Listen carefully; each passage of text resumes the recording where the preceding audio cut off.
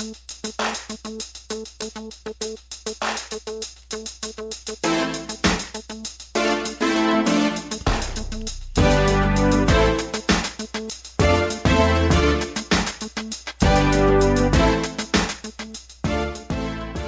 and welcome to the Black Entrepreneur Blueprint Show. I am your host, Jay Jones. Black Entrepreneur Blueprint was created specifically to educate and inspire Black entrepreneurs to launch, build, and grow successful businesses. Join us as we help build an economic power base in the Black community by promoting business ownership. If you are currently an entrepreneur or want to be an entrepreneur, we invite you to join us every week here at Black Entrepreneur Blueprint.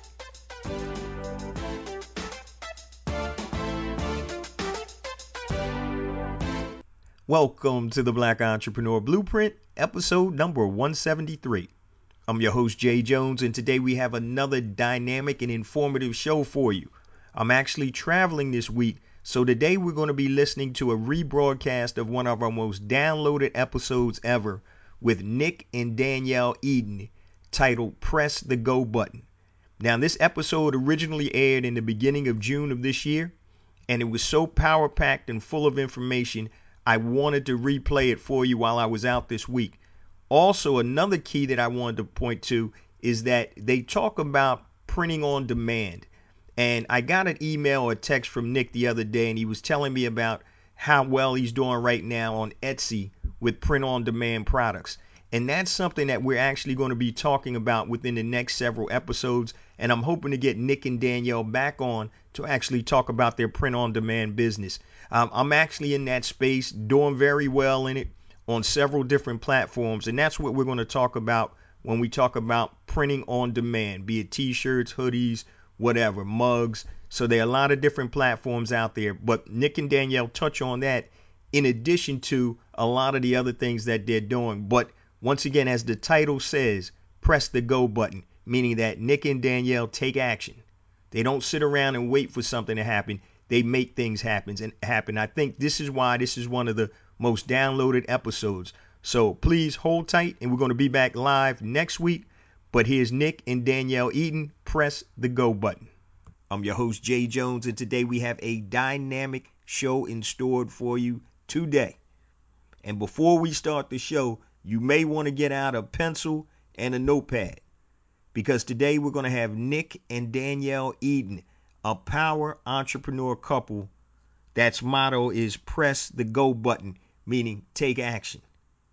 Now, once this interview is over, I'm going to give you some feedback or my takeaways from this interview, and there's a ton of them. So stay tuned for Nick and Danielle Eden. I'd like to welcome Nick and Danielle Eden, the dynamic duo from Biloxi, Mississippi, by way of ATL, correct? Yes, sir. Absolutely. All right. Wow. For my listeners who are not familiar with you, can you please tell us just a little bit about yourself in your own words, and then we'll move on to a more in-depth discussion about your entrepreneurial journey. And it doesn't matter which one of you starts. Gotcha. Okay. Well, my name is Nick Eden. My wife, Danielle, and I, we're husband and wife. We're also business partners. We are the owners of Blueprints and Finesse. It's an event marketing and sales firm. We started the company back in 2013. It was actually our, I guess you could call it our anniversary gift to each other, because we started the business a year after we got married. We had been talking about it, and, you know, we said, you know, hey, let's just press the go button on this. Let's make it work. And we've been in business now for about 4.5 years, been married for 5.5. And we have honestly, it's been a great journey. It's been difficult at times. Absolutely. But, you know, at the end, it's all been worth it. Like, I don't know any other way to say it. It's all been worth it. Cool. That's good. That's good. Now, before we get into your journey real quick, on the show, a lot of times I talk about spouses in business, and, you know, when one spouse, like, for example, I've told the story several times about myself where my wife really does, she knows what I do, but she doesn't know what I do. And as long as I'm making the money to take care of the household, to help take care of the household, she's fine. So my question to you is, do you have any pointers for married couples that are in business? And then we're going to switch into your actual story. Okay, I think I'll take this one. Okay. Well, the only advice we could give to other couples in business would be to communicate. Just keep your lines of communication open and be honest. You know, you have to learn when to turn it on and when to turn it off, what time is for business and what time is for personal. You know, it took us a while, but, I mean, I think we found a pretty good balance. Yeah. You know, it definitely requires a lot of communication. Mm-hmm. No, that's good. That's advice for you. That's good. And how about you, Nick? Any additional advice, or you just want to stay with that? Gentlemen, listen to your wives. And I'll tell you a little bit later, it's going to all make sense, but I'll tell you, women have an instinct about business that we just don't have. Mm-hmm. And it's serious. It's just a natural thing. I don't know if it's a third eye or whatever the case may be, but seriously, listen to your wife. Cool. Right, that's good advice from both of you. All right, now, I just want to ask you, now, you have several different businesses. I know you're in the marketing space, the event space, and also you have a print-on-demand aspect to your business. Which was the first business that you started as a couple? And tell me a little bit about that. Well, Blueprints and Finesse started as an event and marketing company. You know, Nick has a very extensive background in marketing, you know, and I'm a certified event and wedding planner. So, you know, I had been doing events. When we got together, we talked about it for about, like a year and a half, a couple years before we actually started the business. But we have an extensive background in the marketing. At this point, Blueprints and Finesse has kind of grown into a company that offers 3 solutions. We have the event portion, the marketing portion, and then sales, which includes, you know, kind of everything that we've been doing as of late. Okay. And what kicked off for us originally was the marketing side. We have been working individually and for other companies doing different projects, and the opportunity came to a pretty large contract, which definitely helped with pressing that go button and saying, let's go ahead and go into business for ourselves. Because what we found was that when we were working for these other companies, we were doing all the work, and they were getting all the glory. And when I say all the work, I mean all the work. Every single thing. Like, all they really did was throw their name on it, and it was out. And it was like, you know what? How long are we going to be slaves to the system? Right. So opportunity, it came up. We started the business, and the marketing portion of it took off so fast. Wow. And it was just like, hey, we know we're doing events and marketing, but, you know, right now to keep us out of these 40-hour-a-week jobs, mm-hmm. you know, we're going to concentrate on this marketing side. And we've been very fortunate, Jay, I have to be honest. Everything from tobacco sampling, which was our first large contract. We work with one of the largest tobacco companies in the world, doing a lot of their stateside events and marketing their products for them. Okay.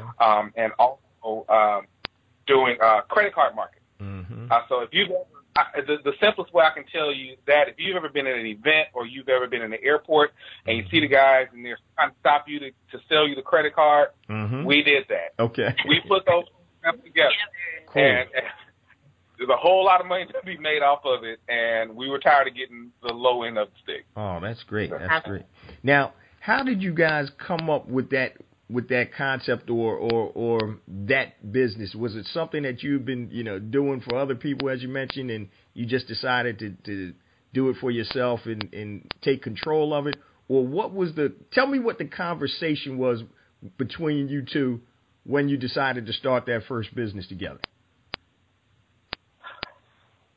I had a very large event in Daytona, mm-hmm. Florida. It was one of the motorcycle rallies, and we were doing the Harley Davidson Visa credit card. Mm-hmm. And the company that secured the contract initially sent myself and the gentleman that I was working for at the time. And to be honest with you, I saw the check. Right. There you go. That'll do it. I saw the check, and I saw my portion of the check. And when I got back from Daytona, Danielle had been the one that was really kind of beating the brow on, hey, we need to go into business for ourselves. We need to go into business for ourselves. Mm-hmm. And I saw that check, and I went back and I told her, and she said, "See, that's what fellas, listen to your wife." Oh, that's pretty funny. That's cool. Yeah. It really came down to, okay, if we're going to be out here and we're going to be doing this work anyway, mm-hmm. then we need to make absolute most that we can possibly make out of it without doing something underhanded. Right. Absolutely. Right. And I that in a lot of situations, I think we over-qualify ourselves in a job mm-hmm. and over-qualify ourselves in projects that we do. And what I mean by that is, if I know that I'm going in here and I have this skill set, I can do this, I can do this, I can do this, I can really bring value to this company. And the reality is they're only going to pay you for what they say they're going to pay you for. Right. Anything above and beyond that, you'll be lucky if you grab a company that's like, hey, we see that, we recognize that, we want to utilize it. But, if you're essentially devaluing yourself by offering up all this great stuff about yourself for free, they need to be willing to pay for that. Right. Because someone's paying them for it. Now, and it's paying them for it. You have to think, okay, what am I worth to this company more so? What am I worth to myself? And when we finally figured out that what we were doing, was worth more to ourselves, we just took a bet on us. There you go. Absolutely. That's great. That's great. Now, what was, if you don't mind me asking, what was the amount of the check that the guy that was running the event that you were working for made? It was a 2-week event, and okay, fine. The 2-week event, and you can give me a ballpark. His check portion of it was about $30,000. Damn. Right. For a 2-week event. Mm-hmm. My portion for what I did and beyond was a little over 10% of that. Wow. Yeah. Yeah, that'll make you think. That'll make you think. Yeah. Oh, my goodness. Yeah. See, and I'm telling you, that's crazy. Back to the hotel. What'd you say? You went back to the hotel? He went back to the hotel and went to sleep. Oh, man. Yeah, that's something. And you're right. What we as employers do is basically they're arbitraging our time and our expertise, making more money and paying us less. So that's why, you guys saw the light, and that's a beautiful thing. So let me ask you this. Now, with that business, how did you guys get clients on your own when you started out that business, since you weren't working for the other company? Honestly, we scouted. It was a lot of trial and error. We found one of our clients on Craigslist, actually. They were looking for a brand ambassador, and it turned into a situation where we ended up running all of their regional marketing programs, all of their in-store food demonstrations. Wow. You never know you'll find that next contract. You just have to be open, network, and be honest with people about what you're able to do and provide it. Wow. Absolutely. That's great. Now, yeah, because in one of the text messages that you guys sent, said that you guys were working as a brand ambassador in like Whole Foods and some other places to bring different products to the market. Absolutely. Okay, that's great. That's great. See, and you found your first client off of Craigslist. My goodness. See, that's Natural Foods, yeah. Yeah, that's what I'm talking about. Black Entrepreneur Blueprint family is not sitting down waiting for things to happen. Nick and Danielle were out actively searching and looking for opportunities. And guess what? When you do that, eventually you're going to find one. So that's amazing. And Nick, you and I talked offline before when we just talked about taking action. And it seems like you two are the tandem that takes a lot of action. Now, did that come naturally to you guys, or was it something that you learned or saw that was necessary for you to be successful? Well, I think that for us, Nick and I come from not necessarily different backgrounds. I mean, we're middle-class kids. Our parents did their best. Mm-hmm. We found that, to go out here and go to school, go to the right schools, and go to the right colleges and do what was status quo was not necessarily what was going to bring wealth for us. Right.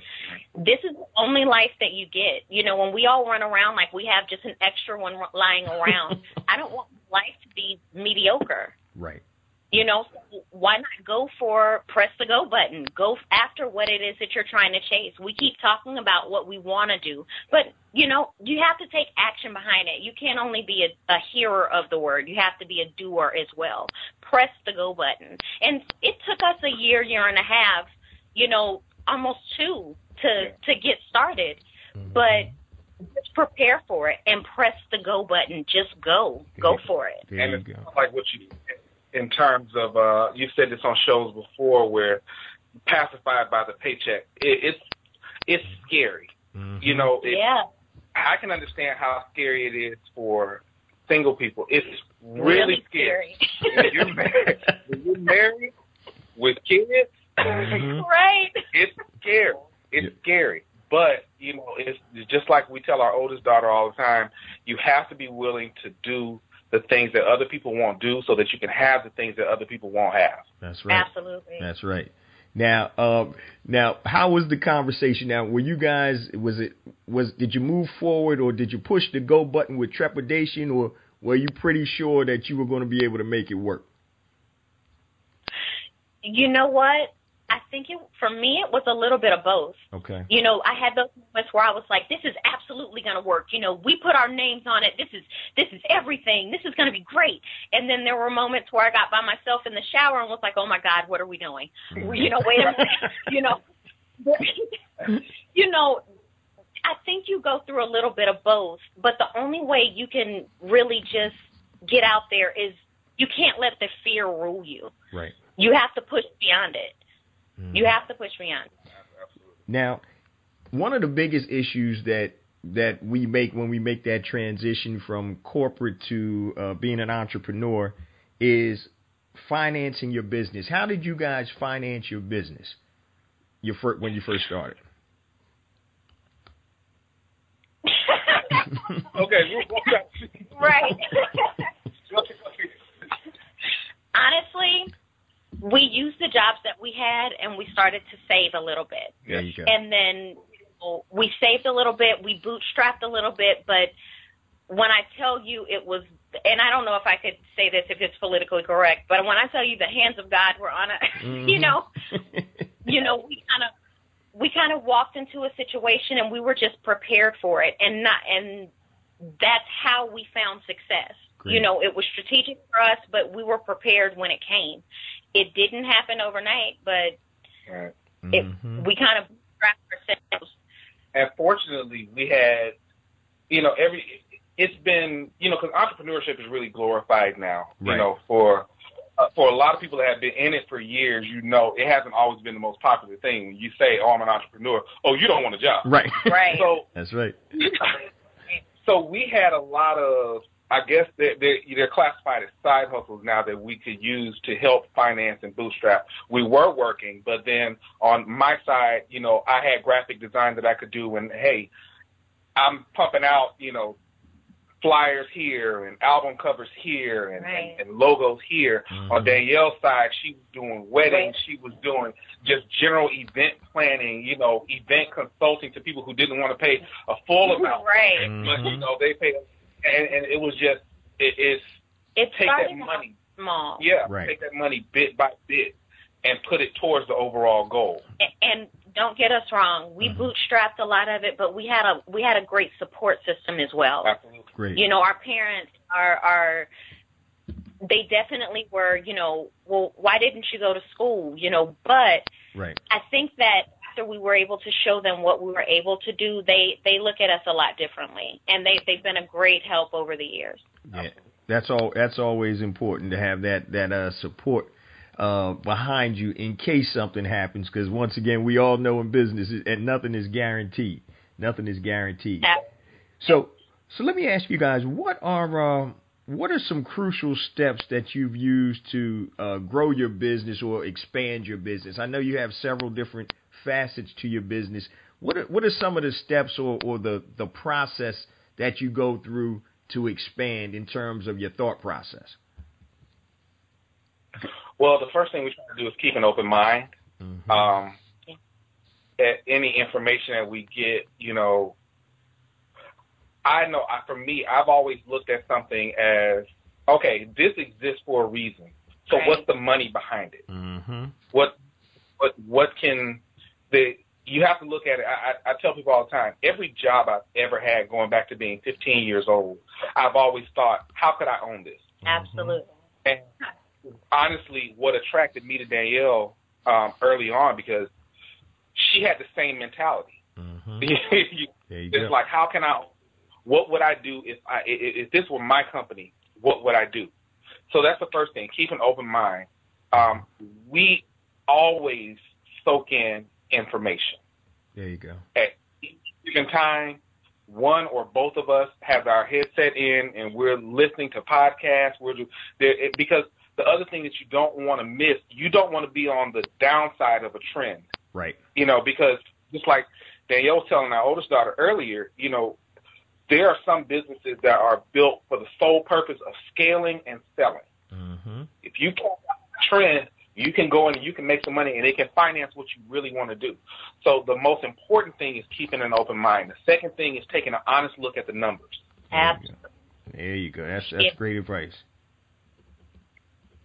I am much more of a get out and go, and sometimes I'll jump the gun. Danielle is very much more analytical. She's like, okay, hold on, no, let's go ahead and break this down. Let's break all the finances down. Mm-hmm. She handles all. I think this is why, especially for me, we've both been in business for ourselves before we were together. Mm-hmm. But the reason we feel that this worked is because where I'm weak, she's strong. Where she's weak, I'm strong. And the numbers have always been my downfall. I'll just see the end goal and say, okay, let's go for it. But she'll break down bit by bit. And then no matter, it's like she said earlier, no matter how excited we may be, if the numbers don't make sense, then we're not going to go for it. Yeah, see, that's great. It's for us at that time. Yeah, you guys complement each other. And one of the things, as I mentioned earlier, what I really like about you guys is that you take action. And we had talked off the air about the pizza box business, and then you had been filling me in that you went out and you guys started doing that. Can you please tell the Black Entrepreneur Blueprint family your experience with the pizza box business? Because I know you just transitioned from Atlanta to Mississippi, but I know you started it in Atlanta.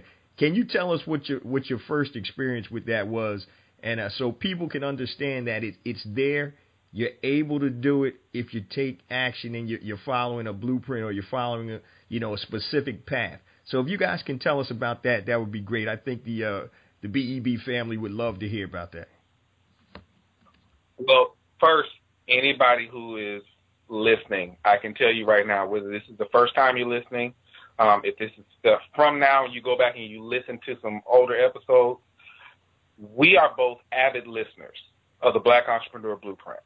Appreciate it. Avid listener. Never fails every week. I went all the way back to the very beginning. My man. and everyone. So the show about there's dough in that, obviously the title caught our attention. Right. I listened to the show earlier in that morning, and then I went back to Danielle and I was like, hey, I think we need to listen to this together. Mm-hmm. This sounds pretty good. We were actually in the car, and we started listening. As soon as she started talking about it, she immediately grabbed her notebook. And so she's analyzing. She's running the numbers. Right. Because by the end of the show, I'm going to know if she's got the go-ahead for it. Okay, cool, let's go for it. Mm-hmm. So we reached out to you, got a little bit more advice about it, and then we started scouting. We found a wonderful company in Marietta, Baby Tommy's Taste of New York Pizzeria. We went in there and talked about it. He was ultra excited. Immediately. Wow. We got it before. Right. And I mean, we went in there with almost no paperwork. Right. With the concept, right? Right. He was ultra excited. So, we looked at the numbers. We looked at what it would cost to print.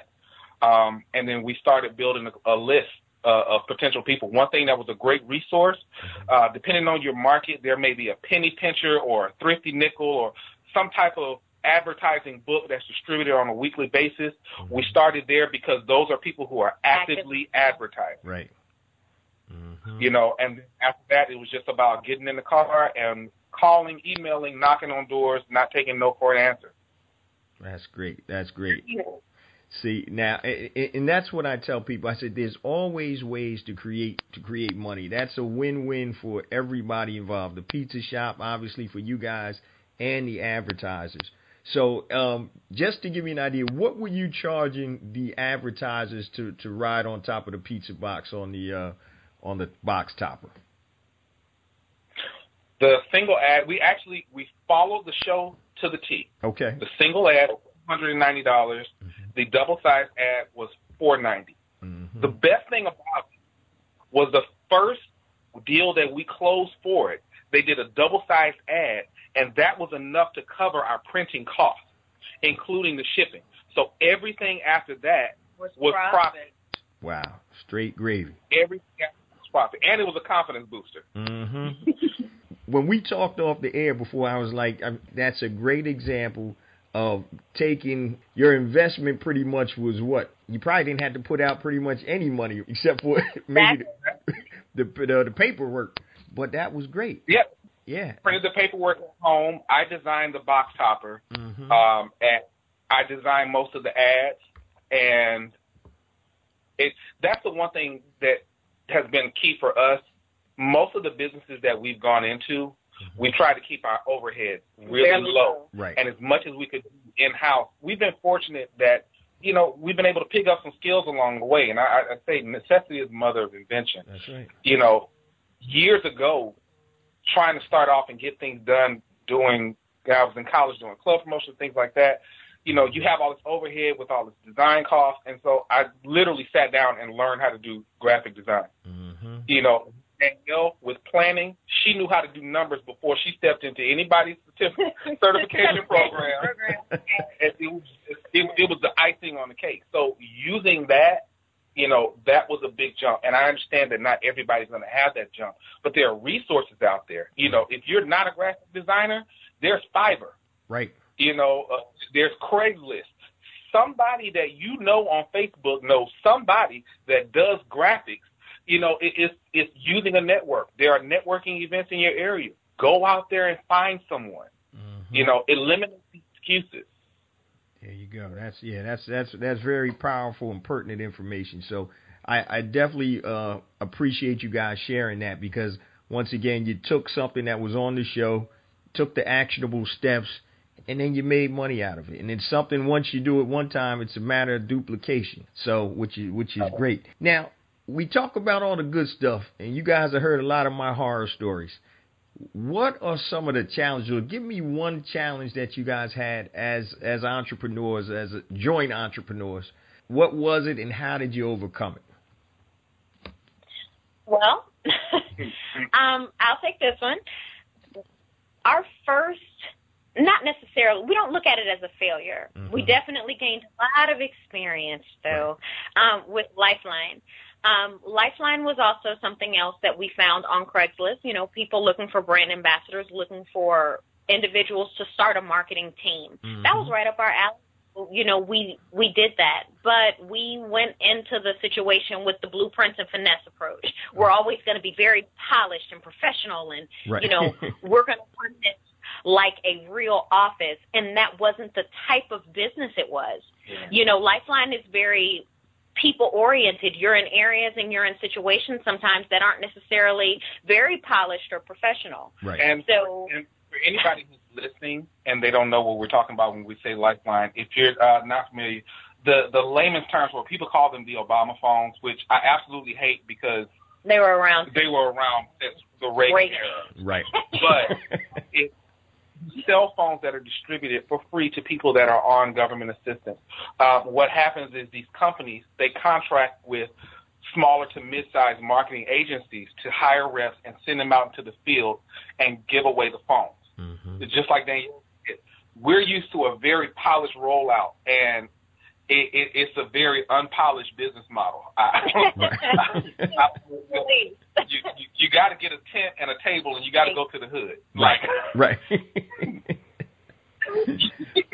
Oh. And so the way we approached it, it just, while we were able to move quite a few phones, our overhead ended up overshadowing our profit. Gotcha. Which is the first time that we saw any lull in our business. Right. We, not having a bunch of experience with business prior to, we followed what is the quote-unquote standard. Right. Okay, we've reached this level of success. We need to now go and get an office, and we have to have professional receptionists, and we need these things. And it was a bunch of stuff that wasn't necessarily, we weren't ready for. We didn't need all of those things just yet. Mm-hmm. We weren't ready to scale to that level.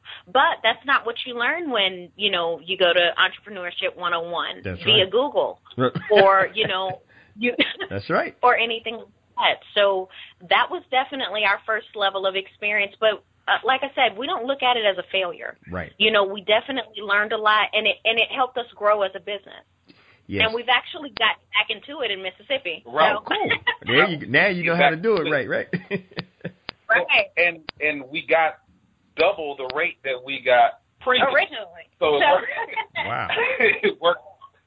That is great. Now, so are you guys hiring people to go out there, or are you doing it yourselves right now, or how are you working with Lifeline right now?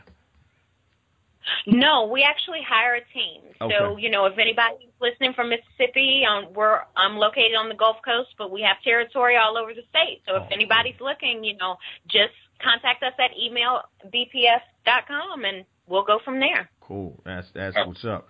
Yeah, that's actually a business that I looked at a couple years ago. Never moved on it though, because you can't do everything. But it sounds like you guys are doing well with that, especially after you bumped your head a little bit, but now you know what's necessary to be successful in that line of business. Now, as entrepreneurs, a duo here, as a couple, what are some of the sacrifices you guys think you've made to become successful entrepreneurs? Time. Mm-hmm. Absolutely. Time. Sleep. Sometimes it's not there for all the fun stuff. Right. Yeah, I understand. We're parents, and our oldest daughter was young when we started this, and she didn't understand mommy and daddy being out of town, right? And things like that. So you have to kind of find the balance in work and home life, and I think that was one of the major challenges for me. Yeah, and it can get disheartening. Up until last year, I want to say that last year was the first time that I was actually in town for my daughter's first day of school. Wow. Yeah. And that's hard. How do you explain to a child? All they know is their normal is when I click the lights, they come on. So you telling me that daddy has to go out of town for work or mom has to go out of town for work. Mm-hmm. They don't. All they know is you're not here. Right. On the things that I need. Mm-hmm. So that's the hardest part. Yeah, and it's true. And sometimes, just getting this interview together, I had been teasing this interview for a couple of weeks, but you guys are crazy busy, I'm crazy busy, and so finally I was like, you know what, I'm just, whatever time these guys have, I'm going to make it, I'm going to fit my schedule in, because I definitely want to get you guys going. So trust me, Black Entrepreneur Blueprint family, they're not lying. These guys are busy as I don't know what. So I'm just glad I was able to connect, and we were able to get this interview out, because you guys have a great story, and not just an entrepreneurial story, but a story about, a family, a young black family that's striving and moving. And one of the questions I wanted to ask you guys is, what motivates you to do what you do every day? What motivates us to do what we do every day is success for our family. We certainly aren't from bad stock, quote unquote, or anything to that effect, but we were young and rebellious. But, now being a little bit older and having a little bit more experience, we see how we have to make the change that we want in this world. Mm-hmm. The only way we can do that is by every day reaching out for, trying to strive for our goals, teaching our children how to do so, and helping other people reach their goals as well. And reaching back and helping our parents as well. Right. I tell people all the time, we come from we were the generation right before the age of Google. So the advantages that we've been afforded now, our parents didn't necessarily have. Everything was, no, what you need to do is you need to go to school, you need to graduate, get you a job, Right. work that job until you retire, and then you're going to be just fine. Yep. And that's not always the case. That's not the case for the majority of us. And, our parents did everything that they could to make sure that our lives had some sense of normal. Absolutely. This is the time where we feel like they should be sitting. And don't get us wrong, we both come from families of hustlers. Mhm. Yes. Stories and successful people. This Yes. is the time that we want them to enjoy. So we're going so hard because we want them to be able to pull back a little bit and enjoy the time that they have. But we also want to be that example for our kids and our nephews and nieces that, okay, you guys get to take it to the next level because you grew up with Google. That's right. You can start a business at 9, 10 years old and know about financial literacy. And by the time you graduate high school, you've got a successful business and a perfect credit score, and you can write your own ticket and do whatever you want to do. Absolutely. Mhm. It's about creating generational wealth for us. That's right. That's know. powerful. Now, how old are your children again? I know they're little, but have you started or inundated them into business yet? Got them working yet? 11 and 1. Okay, there you go. Well, It's funny you say. we're going to let the because, 1-year-old off right now, but No, my brother. Oh, no. Oh, no. You're working for those cookies, madam. With our oldest, we've been trying to bridge the gap between letting her figure out life and then giving her a good direction. Mm-hmm. She's actually starting a business this summer. Cool. Yeah. Great. We were talking about it earlier. I'm taking her out to get the supplies a little later on. She's got a lot of different ideas, so she's starting her first business this summer. This is around the time of us, started our businesses when we were kids. So, we want her to be able to take it, and she can either take over our business, take it to the next level, or skyrocket past us with her own business. There you go. But always know that it's an option. Right. And that's great. A lot of people tell me, and I've talked about several businesses I've started with my girls, throughout the years. And the first business I started with them was a T-shirt business that I think my oldest was about 9 or 10, and my youngest was 7 or 8. And we started with a T-shirt business. But it's funny because when they start creating that money themselves, and even though it may be $40 or $50 for an 8, 9-year-old kid, that's a lot of money. And when they start seeing that, they're like, oh, my goodness. And then it almost makes you think, because I had a water ice business that I started for them, and we used to do a lot of the minor league games in Philly and also in D.C., and some nights we cleared $2,000, $3,000. So they'd sit there and I'd let them count it up, and they were like, oh, my goodness. And then my oldest daughter got her first, quote-unquote, job for somebody else when she was 15. She worked at a Dairy Queen, and she said, Dad, I'm only making like $7.30 an hour. Why am I here? And I'm like, I said, you wanted, quote unquote, a regular job. You didn't want to work with Dad this summer.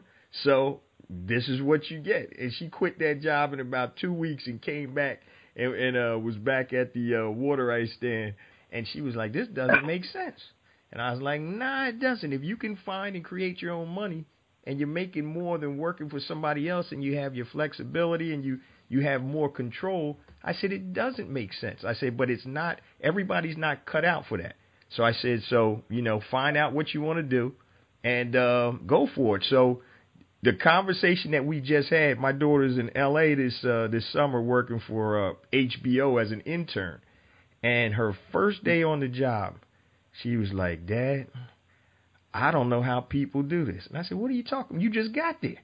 And she was like, yeah, well, she said, yeah, well, the guy that I'm working for, he's kind of rude, and he's saying that I'm asking ridiculous questions. This is my first day on the job. I said, welcome to corporate America. I said, you got to play that game if you want to be in that game. So I said, just relax. I said, they're not using you. It's not, it's you're using them too. So whatever you can learn, contacts you can make, go ahead and use it. And so day 2, I called her, and she was like, Dad, it was a better day. He apologized. It was a hectic day for him. And I said, all right. I said, but that's the type of stuff you're going to go through in corporate. And if you're not in control, you're going to have to put up with it. So she was like, you know what? I enjoy it.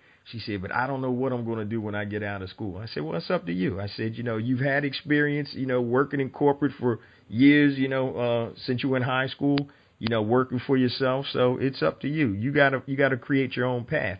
But it's funny because a lot of people don't have, or children don't have that to balance against, because I said sometimes you don't know what you want until you know what you don't want. And so if corporate America isn't for you, then you may need to look out, on your own, to move out on your own. But so I don't know what she's eventually going to do, but I know that she's not going to be a great employee. I'm going to be quite honest with you. She's probably going to be like I was. And you too, Nick, looking for ways of how to run this business and how I can do it better. And why aren't I making the lion's share of the dollars as opposed to making it for somebody else? So, but yeah, what you guys are doing, with your children, that's great exposure, and it's going to do nothing but bless them in the future. And I commend you guys on that, because that's very important, very important. So one day, like I said, they might be taking care of you guys like you guys are looking to help your parents, which is great. Hey, yeah, that's an investment in the future. Eventually, I'm gonna want to sit down. Exactly. I told my girls, I was joking. I was like, yeah, you guys, you better make sure you take care of Dad when I get old. And they were like, oh, don't worry, Dad, we'll put you in a good home. And I'm like, what? Nah. A 5-star home. They were joking. They better not do that. but yeah.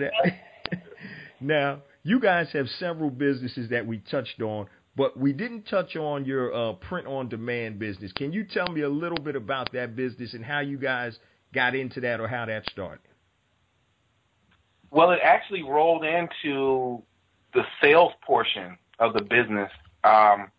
It kind of grouped itself with the advertising, and then also for the services that we provided for our clients. Mm-hmm. So advertising, reputation management, online reputation management. But initially, and I say this again, and I know people are probably like, he is just like blowing smoke. I'm really not. The e-commerce portion of it had everything to do with us discovering the Black Entrepreneur Blueprint. Oh, wow. Seriously. Yeah. Oh, wow. In December of 2015, I was on my way to Raleigh, North Carolina to work a promotion. And I'm like, okay, I got a lot of time. I've listened to all my CDs. I don't feel like listening to any more music right now. Let me just look. I literally Googled Black business owners. And the first thing that came up was the Black Entrepreneur Blueprint. Cool. So I clicked on the website, and the very first show that I listened to was, I think it was 15 businesses you can start in 2016. Okay. I listened to it, and I'm like, man, this is nice. I called Danielle. I was like, look, there's this podcast that I'm listening to. I'm like, this thing is nice. So I went through and I listened to as many as I could, and I ran up on the one about private label. Mm-hmm. And I've called everybody I know. I'm like, you do. And it's funny because one of my friends, he was in a really weird space at that time, trying to figure out what he wanted to do. He started listening to it. I was more so listening to what you were saying in terms of service-based businesses, and I ran up on the private label one. He was the one that really kind of got into it. He was like, yeah, I think my wife and I are going to start, because they're a couple in business as well. Okay. And they actually own a pretty successful trucking company now. And that's a great journey. I'd love you to hear his story one day. Yeah. But he was like, yeah, we're going to go for private label. And I'm like, okay. So I went back and listened to it, and then Danielle sat down with me when I got back in town, and we listened to the show, and we started doing our research on it. And this was around the time when I first reached out to you. Mm-hmm. But in the midst of that, and we've talked offline about the challenges last year and selling fourth quarter. Right. Our private label product, while that first product didn't do well, in the midst of it, we were learning about print on demand, which was perfect for us, especially with, both of us at this point having graphic design experience. And essentially, for anybody who does not know what print on demand is, we would take our design and use a website like Amazon, which has a Merch by Amazon format, Teespring, which, if I'm not mistaken, you use as well, Redbubble, TeePublic, and a few others. And we place our designs in there, and we would allocate which products they would go to. As people purchase the products, the company makes them and ships them out to them. So it's essentially having a T-shirt company without carrying the inventory, which to us was like, okay, well, look, we can sit here and we can crank out designs all day. Right. There you go. Like, we can do this all day, and it was also about, learning how to drive traffic to your site. We went with a Shopify site. It did okay. It was, what we found was, in that space, especially around that time, going where the people were going. They were going to Amazon. It's just like you said about private label. Right. And in the case where we were able to get our platform with Merch by Amazon, you have traffic there that is amazing. The traffic on Amazon is ridiculous. And even the other formats like Redbubble, which we did very well on order with,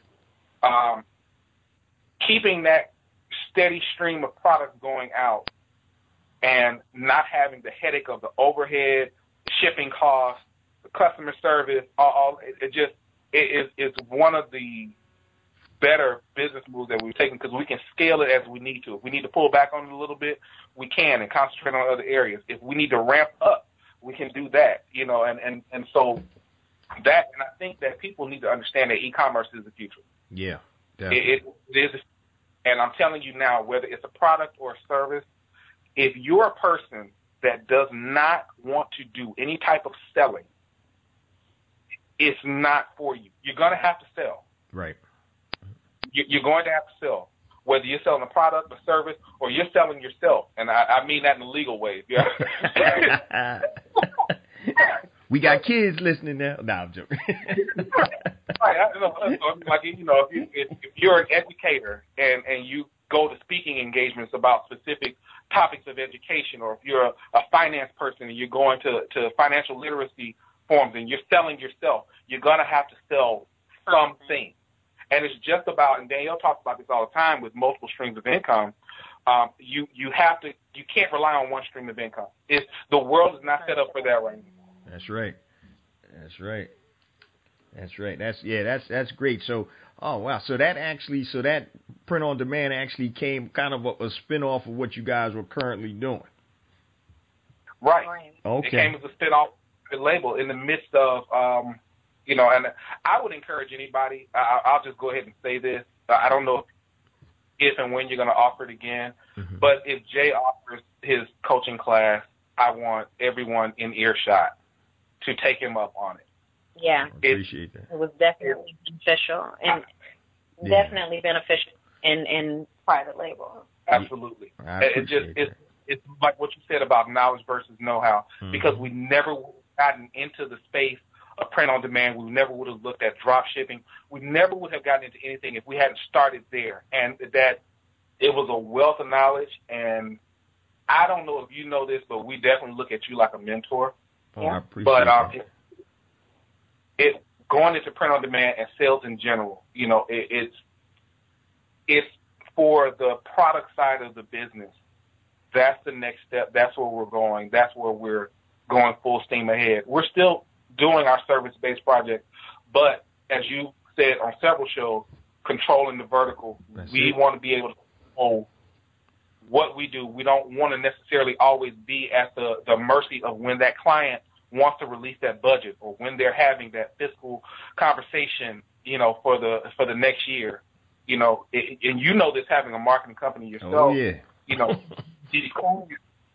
they'll reach out to you about a project in January, ask for a proposal by February, but you might not hear anything back until July. Exactly. Yep.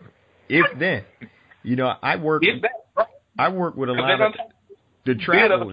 Exactly. And it's funny. I was just telling a buddy of mine, I work, with my digital marketing, and I kind of pared that down. I only have about 4 or 5 clients now, but I work in the travel space, hotels, destination locations, and a lot of times those budgets are done a year in advance. So they're working, I wouldn't get any business if I did a proposal today. I wouldn't get anything until 2018.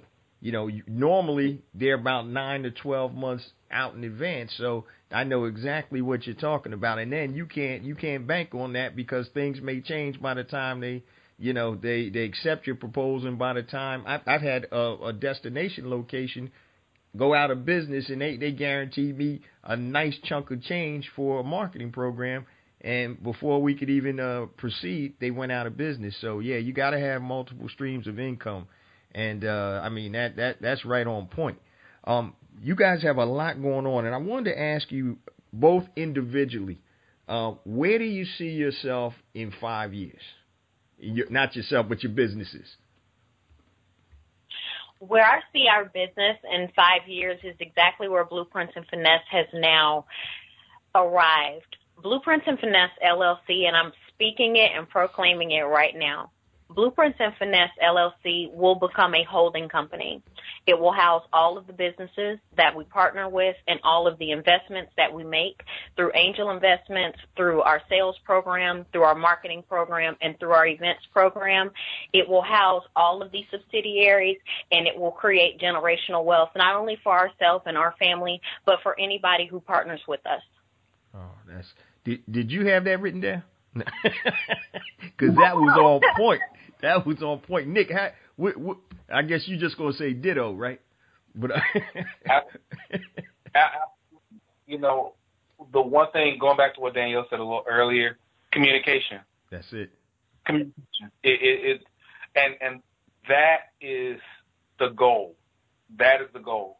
Mm-hmm. We know that there are people out there who may have great business ideas and not really know where to go. I'm not lost on the fact that when we start a new business venture, we do have a little bit of an advantage because we have been in business and we can kind of fast track through a lot of things. But there may be somebody out there that has a business and they know it's a good concept, but they just don't know what to do. I always call it, you're either paralyzed by that first 30 seconds or that first 30 days. Mm-hmm. They'll get a business and like, okay, this is the business, this is what I want to do, so now what? Right. And being paralyzed in that time can paralyze you for a lifetime. Mm-hmm. So we want to be in a position to where we can identify that, and that's what we're working towards. We're pushing that go button to help them push that go button. That's the best way to explain it.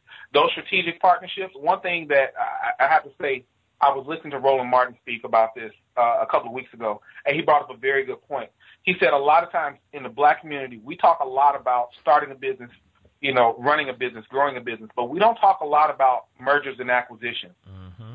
And that's real. And I mean, AOL Time Warner was $1 billion company for a reason. Comcast is $1 billion company for a reason. Yep.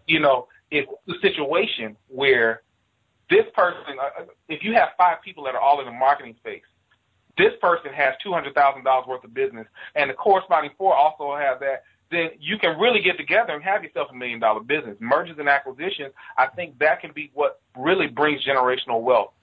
That's a great point. And partnering with those companies, I see that as being a fast track to the next level. That's an excellent point. I wanted to ask you guys, in terms of mergers and acquisitions, do you guys have an exit strategy, or do you not, or are you just going to continue to stay in business and hand it down?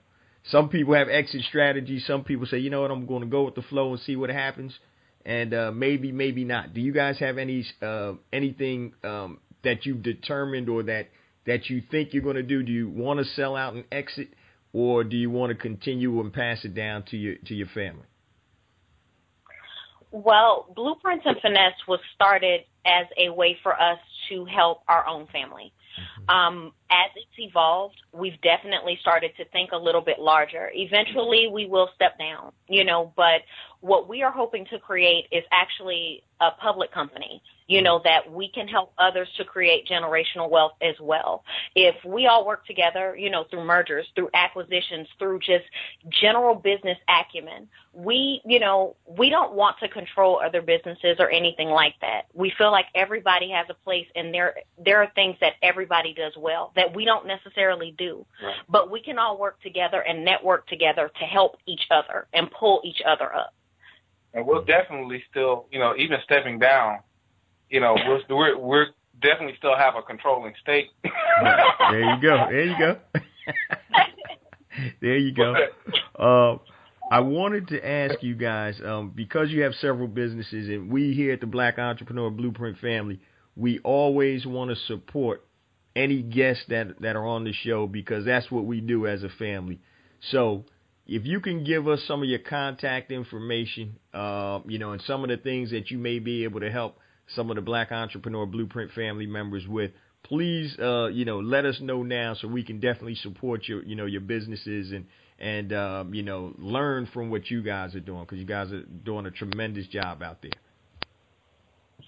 All right. Well, for marketing, general advertising, and consulting, you guys can always contact us at emailbpf.com and at our contact page. You guys can also reach out to us at on our Facebook page at Facebook Blueprints and Finesse LLC.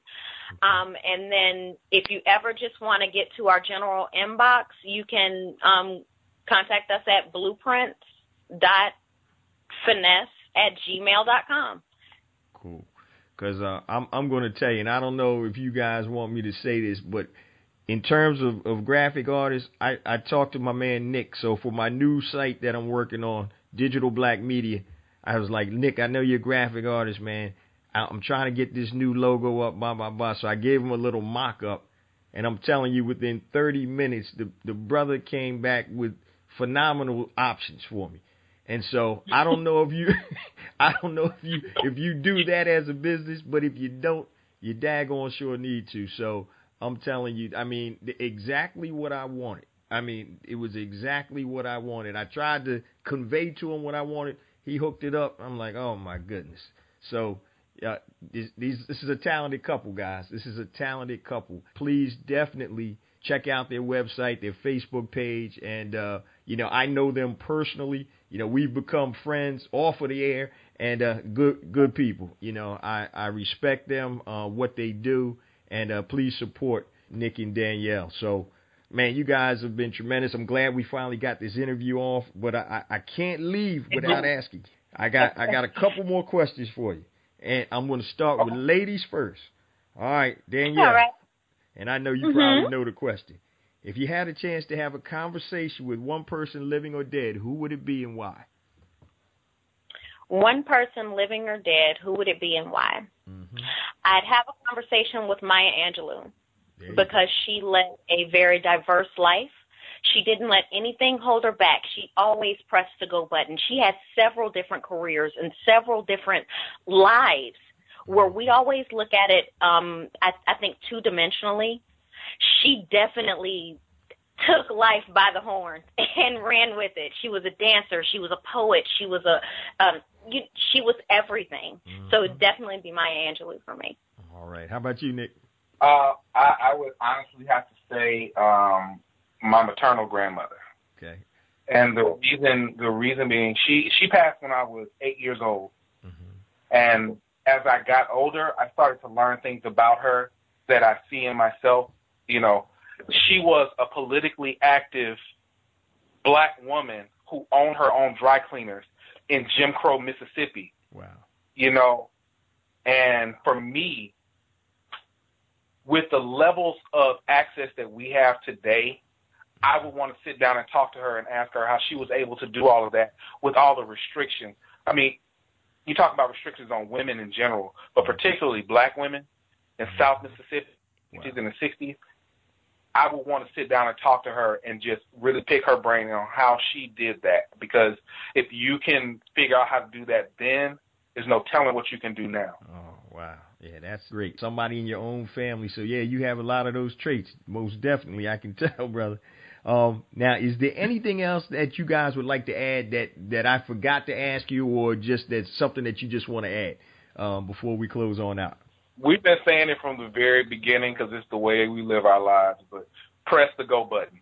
Please. Listen, I'm telling anybody that's listening now, if you have an idea and it needs funding, okay, start small. Test it locally. You know, we are known as a race for our cooking.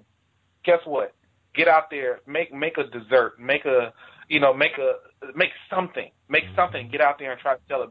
But try. You never know until you try, and you never know that any of the business ideas, because it's a lot of enterprising people that listen to the show.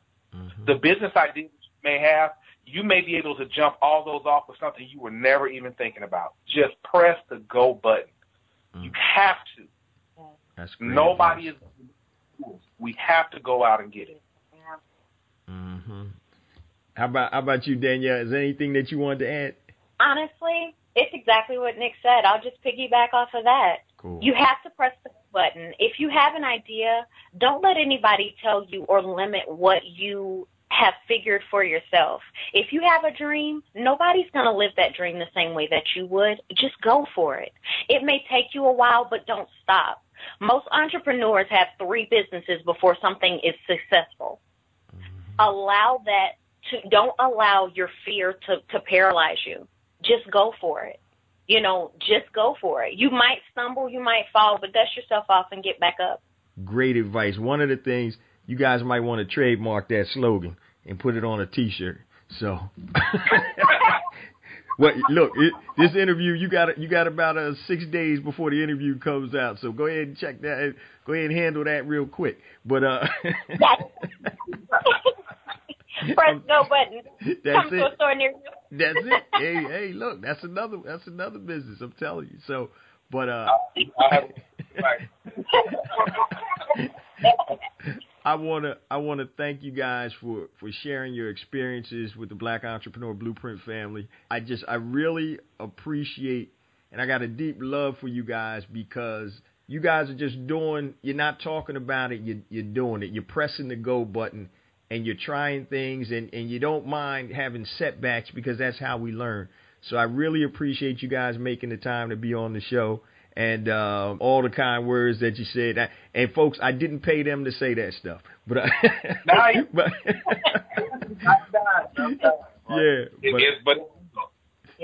real. Yeah, I appreciate that, guys. And look, we're always gonna be in touch off the air anyway, but. Anything else breaks, anything big happens, let me know. We're going to get you guys back on, because I think one of the things that is going to be so powerful to the listeners of this show is when you talked about the pizza box business. And it's something that you heard.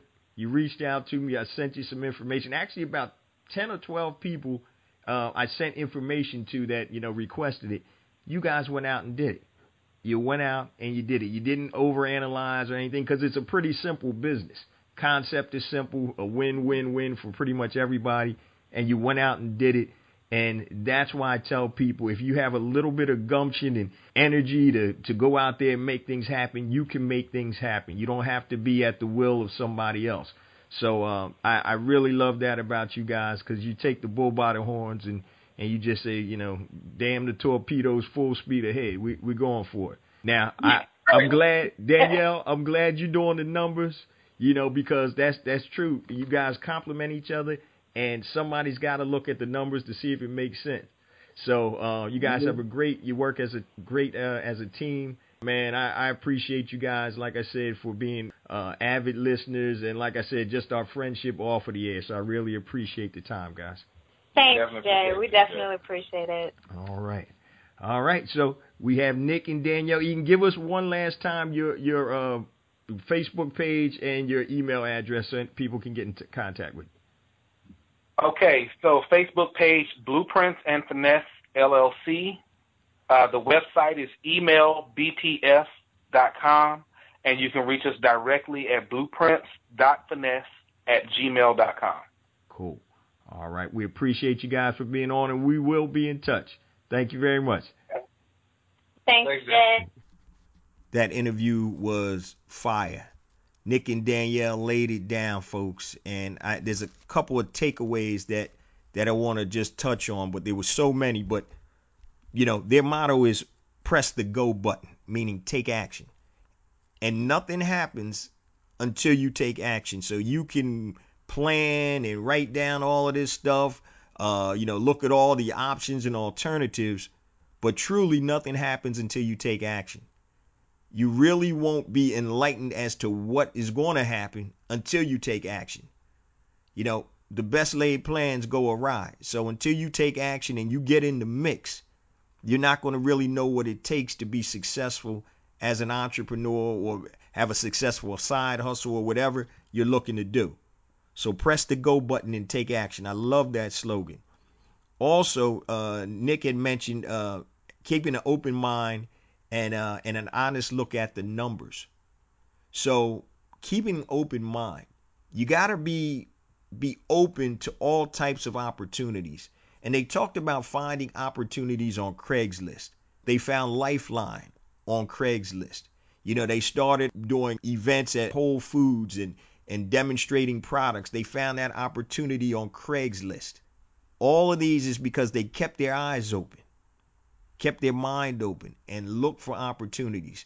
So when people say there's no opportunities out there, we may not be looking at the right place, or we may not be able to see the opportunities. Sometimes we have to dig a little deeper to actually find the opportunities. What else I truly wanted to bring out, which was very important, was Nick talked about picking up skills along the way. He talked about learning graphic design so he doesn't have to pay anybody. So anytime you can increase your skill level, add new skills, you're more marketable, either to a company or even better yet, to yourself if you have your own business. So always try to pick up new skills, even if you work for somebody else. Take what you can from them. I'm not talking about stealing. I'm talking about skills, different things, learn things, and increase your marketability. Once again, also, I really like this point when I asked if you could talk to somebody living or dead, who would it be and why? And Nick mentioned his maternal grandmother. He said that she did not have the levels of access that we have today and was still a successful entrepreneur back in the 60s in the South. And when he talks about levels of access, you're talking about information, which pretty much boils down to the internet. And if you're not making money on the internet, you need to start to really think about that, be it selling a product and or a service. So the levels of access. So instead of going to the flea market, getting rid of the stuff that's in your house, like back in the day, now you can put it on eBay. You can put it on Amazon. I had told the story of a guy that flipped the old stuff in his house for $4,000 to start his business. Arbitrage. So the level of access that we have today leaves, there's no reason that you can't make money. Be it full-time or side hustle or whatever, there's no reason you can't make money. None whatsoever. So you could start with $20 and go to the store and find something that's on sale at Target or Walmart or whatever and put it on Amazon and make money. The levels of access that we have today are unprecedented, and we need to start taking advantage of those. So those are some of the things that really stood out. And also the last one that I just want to talk about is the pizza box business. And what Nick and Danielle did was they listened to the show. They took action. We try to give actionable information here on Black Entrepreneur Blueprint. Not just stories, which are great, but giving you actionable steps to do something that's going to generate income. Be it a side hustle, or if you want to transition from employee to entrepreneur, something to help you along the way. And what they did is they listened to the show. Nick emailed me. I sent him out the forms, the contracts, a sample of the box topper for the, pizza box topper, and they took action. And they were smart about it. They went to a good pizza place. Then they started soliciting advertisers that were already advertising on different medium. So now You don't have to convince somebody to advertise because you know they already advertise. Now you're just trying to show them the benefits of advertising with this pizza box topper program. So action, and once again, their motto, press the go button. Press the go button. Take action. Start doing what you need to do now, because nothing happens without action. Now, before I close out, guys, I just want to thank also, I mentioned about 2 or 3 weeks ago, the number of international downloads that the show gets. And once again, I want to shout out to all the Black Entrepreneur Blueprint family members, of course, here in the States, you know, the UK, Africa, Asia, Australia. It's crazy the downloads we have internationally. If somebody would have told me this when I started, I would have never believed it. My first show had 177 downloads. That's it, 177 downloads when I started. That was my first show. And most of those were friends of friends of friends. But it's continued to grow, and I attribute that all, as I say every week, to the Black Entrepreneur Blueprint family. So please continue to spread the word, share the links of the podcast, the social media network. And if you need to connect with me, I'm crazy with deadlines. It's crazy, but I'll try to get back to you as fast as I humanly can. But if you need to connect with me, Jay Jones at blackentrepreneurblueprint.com. That's JAYJONES at blackentrepreneurblueprint.com. Facebook, Black Entrepreneur Blueprint. Twitter, JJones001. Instagram, JJones4Real. And that's the number 4 REAL. JAYJONES number 4 REAL on Instagram. Also check out my new YouTube channel. Just go to YouTube, Black Entrepreneur Blueprint. I love you guys. I see you the same time next week. Peace.